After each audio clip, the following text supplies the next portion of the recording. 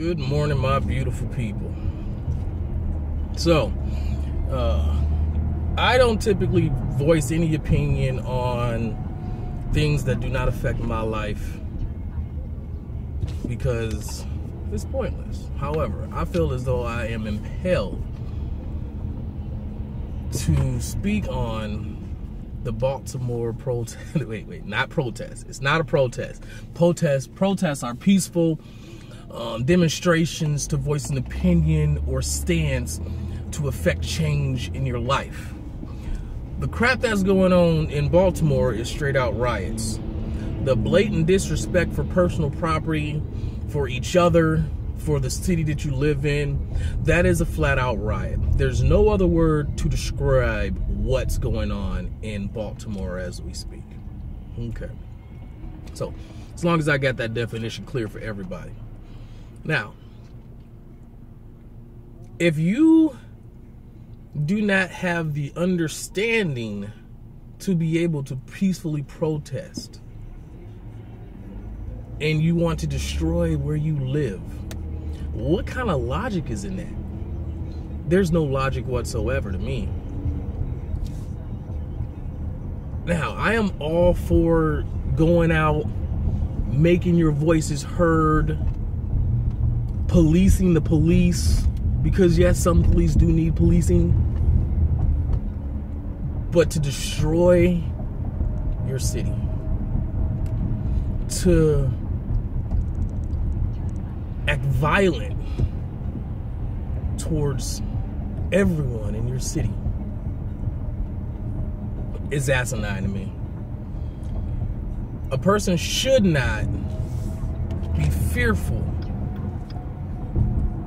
of trying to peacefully demonstrate for those few rotten apples who completely destroy the purpose and the meaning behind everything that you're trying to accomplish.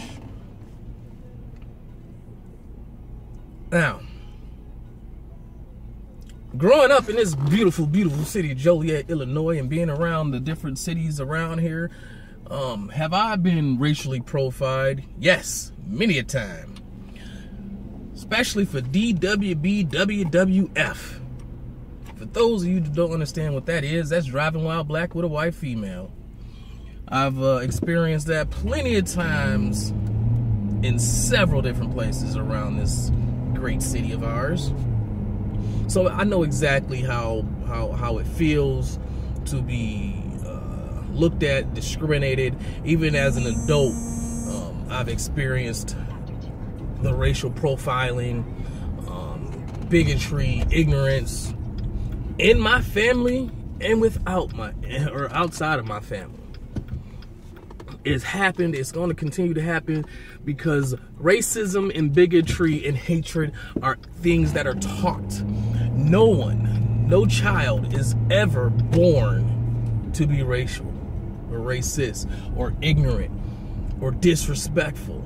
It's taught. People, we need to understand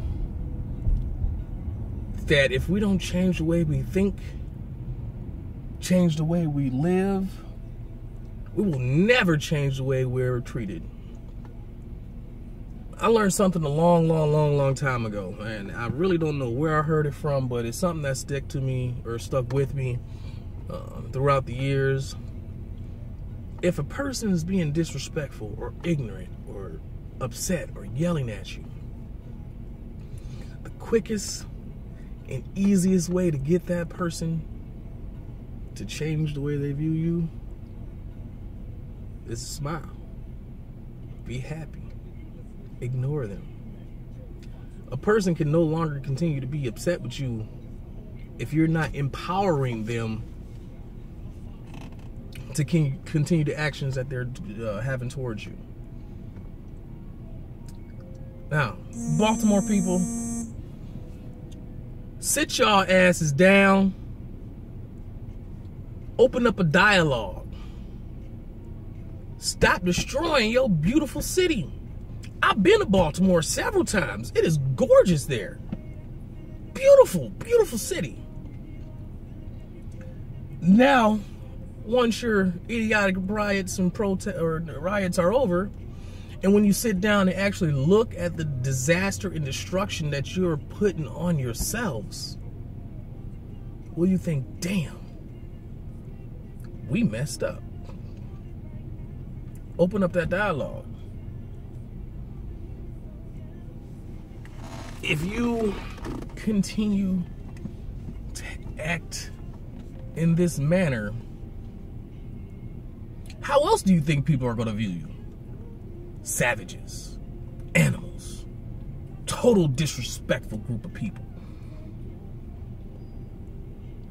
I just pray that you find peace. Find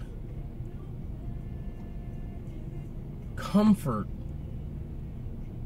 in being able to talk and hash out differences. Let me back up a little bit though. Racial prejudice is everywhere.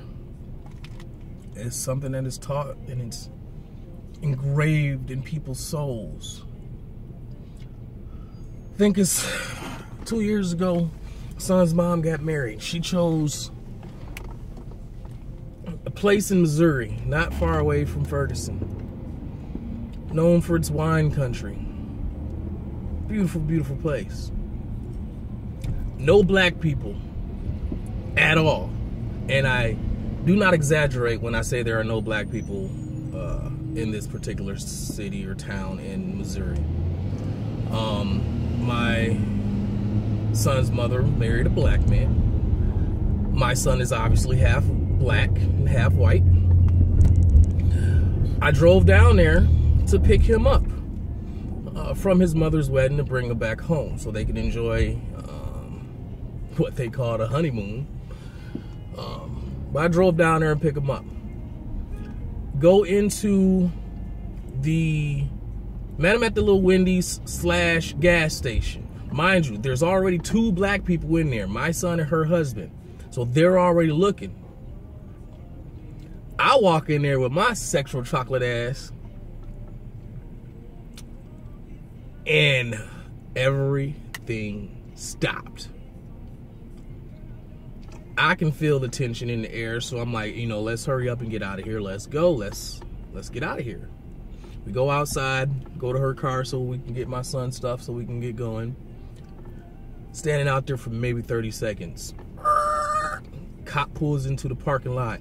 A normal cop, if he was doing, you know, coming to stop and get him a cup of coffee or get him something to eat or something, whatever, it would park like a normal person.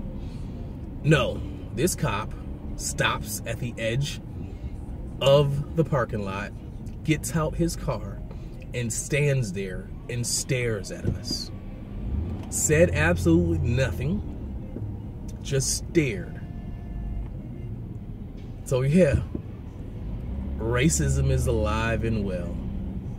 However, I will not use that as an excuse to destroy my city, my country, or the way that I feel about things.